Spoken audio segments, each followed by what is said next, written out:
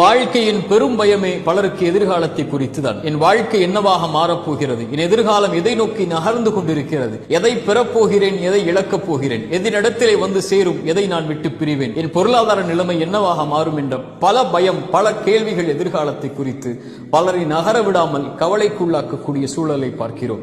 இறைத்தூதர் நம்முடைய மனதை ஆற்றக்கூடிய வார்த்தைகளை சொன்னார்கள்.